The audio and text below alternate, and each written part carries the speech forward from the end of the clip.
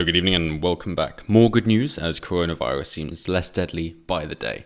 So as we see from CNN, 2 Californians died of coronavirus weeks before previously known first US death. So this beats New York by about a month, which is important for what we're about to get into.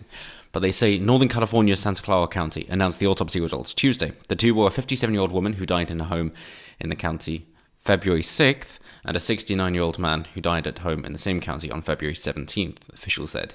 The United States previously understood first coroner's death happened on February 29th in Kirkland, Washington. And these are, of course, on the opposite ends of the country, being the West Coast and, of course, the East Coast. So there is a huge disparity, predominantly between California and New York, as we see New York having 14 times as many coronavirus deaths as California. And the suggestion for that is most parroted is that they acted quicker. So they say from Vox, but California also acted more quickly than New York once it became clear that coronavirus was starting to spread in the US. The San Francisco Bay Area issued America's first shelter-in-place order on March 16th, and California Governor Gavin Newsom issued a statewide stay-at-home order 3 days later. And New York didn't issue a statewide stay-at-home order until March 22nd, so 3 or 6 days if you're being generous. But the thing with this, though, is that now that we know California had it so early on, whereas New York didn't get its first community transmission case until March 3rd, and its first death until March 14th, which is over a month later than California. So you're really saying those 3 days, maybe 6 days, are making such a difference? Or could it be the heat? Could it be actually, as we know with viruses, they don't last so long in hot weather, partly why we call the common cold the cold, because we've known for a while that it survived longer on colder surfaces, even without knowing it scientifically. And yes, there is even better news that according to USC, the University of Southern California, early antibody testing suggests COVID-19 infections in LA County greatly exceed documented cases. What does this mean? It's more infectious than we thought. Is that bad? No, because the mortality hasn't changed. We still have the same numbers, but more people are infected, which means the mortality rate as a percentage has decreased dramatically. So based on the results of the first round of testing, the research team estimates that approximately 4.1% of the country's adult population has an antibody to the virus. Already. Oh, how ridiculous. I mean, we're seeing this around the world as well, so we shouldn't really be surprised at this point. Adjusting this estimate for the statistical margin of error implies about 2.8% to 5.6% of the country's adult population has an antibody to the virus, which translates to approximately 221,000 to 442,000 adults in the county who have been infected. That estimate is 28 to 55 times higher than the 8,000 confirmed cases of COVID-19 reported to the county at the time of the study in early April. The number of COVID-related deaths in the county has now surpassed 600. 28 to 55 times higher. So if you use that death of 600, it's about 0.3%, which is what we saw out of Germany, of course, being 0.37%. And we're trying to get it down to that magic number of 0.1, so it's like the regular flu. And if you consider that 80% are over 70 years old, I believe, as in the vast majority are older people with pre-existing health conditions who are more likely to die within any given time frame anyway, then for the regular healthy person, it's about 0.02% mortality. So it seems like it's quite safe. So with that in mind, why don't we go to a place which hasn't locked down? Sweden. Right, so from the Daily Mail, lockdown-free Sweden sees one of its highest days for new recorded coronavirus deaths. Well, that's not good news. And infections with 172 fatalities and 682 new cases. Maybe it is serious. I mean, they must just be going up and up. They've banned gatherings of more than 500 people, but that's it. So they've now got the total of 16,000. Wow. That must be phenomenal. How are we doing with the curve? Oh, it seems to be flattening the curve. Seems to have stabilized quite a bit now, seeing as it's not at the highest anymore. Seems like they're doing okay.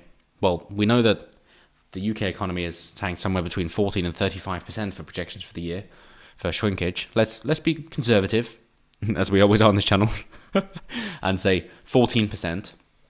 Okay, so Sweden, I know they're export heavy, but what's their effect been? 4%.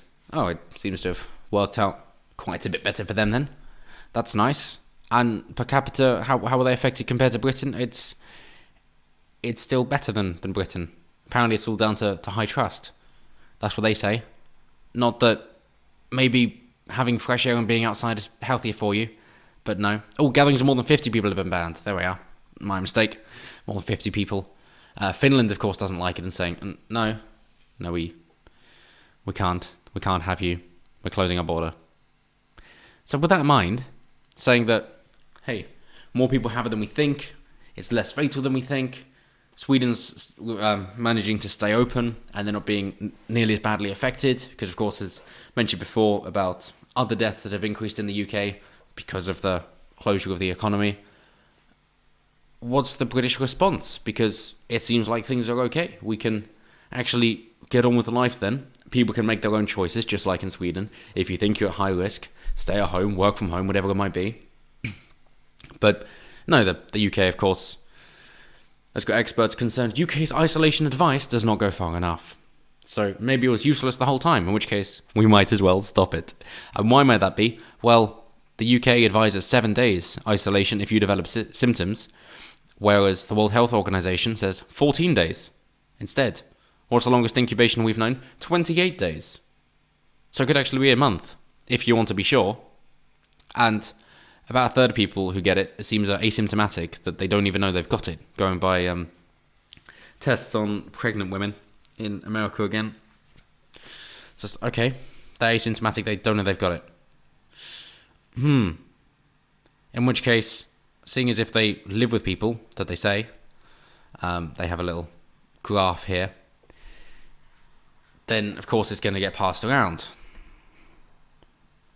But anyone with symptoms should keep at least 2 meters away from other people in the house. So good luck. I mean, I don't know how many of you actually have space for 2 meters away from all your family members. I mean, maybe if you live alone, then that's fine, but then it wouldn't really matter. But if you've got a family of 4 here, try and keep 2 meters away from everybody all the time. So that means no more eating together. Parents definitely not sleeping together. No interactions with your children at all. No family bonding time whatsoever. Anything which you would normally do as a family, or interaction, things that make the family worthwhile, you can't do any of those. I don't think that's really acceptable. Just to say, okay, children, you're away from home, but you're at home, you're away from school, but just stay in your room completely for 7 days. If you need to come out to get food, that's fine, or I'll deliver it to you. But no, maybe not, because it all has to be disinfected, because it can last for a couple of days, like 48 hours on a surface. In which case, is this actually useful?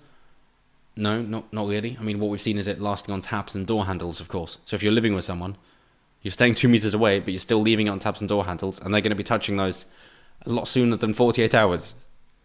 So is that useful? Not really, unless, it's actually very difficult to transmit, and it's solely down to being there at the exact same time, and anything less than 2 meters is suddenly you've got it. But we know that's not true. So, they're suggesting 14 days. That's what they want. They don't want people to be able to get out more. They want people to stay in more. On top of that, they're also concerned about the narrow spectrum of symptoms the UK is using as an indication for self-isolation. The UK says cough and fever are the key ones, but other common ones may include sore throat, fatigue, shortness of breath, muscle aches. We are aware that other countries are using a broader range of symptoms for self-isolation, they add. Professor Pollock and her colleagues. This isn't like trying to cover in the skate park. Oh, that was a fun one. In the States again, where they had a skate park and you can't be using a skate park because you're not social distancing, even though that's basically all that you do when you're outside. And if you're moving quicker than walking speed, then you're probably keeping quite a distance because you don't want to hit into each other. Just like with driving, you're maintaining 2 meters because you don't want to hit each other. So they went, okay, yeah, fine. So we're gonna cover it all. Gonna put sand in, dirt in, whatever we can, so that you can't use it as a skate park. So what was the response? Brilliant. Now we've got a place for our bikes. Genius. Although I suppose that was helping social distancing more. So where there's a will, there's a way, essentially. Are they going to be able to clean all that up so that it's not going to leave cracks or damage for the skateboarders? Probably not. Is it going to be a ridiculous, unnecessary cost? Definitely. Hey, so look at Sweden, look to the good news. Antibody tests being put into place to show that it is more infectious than we thought, which means it's a lot less fatal than we thought. So on that good note, have a good one.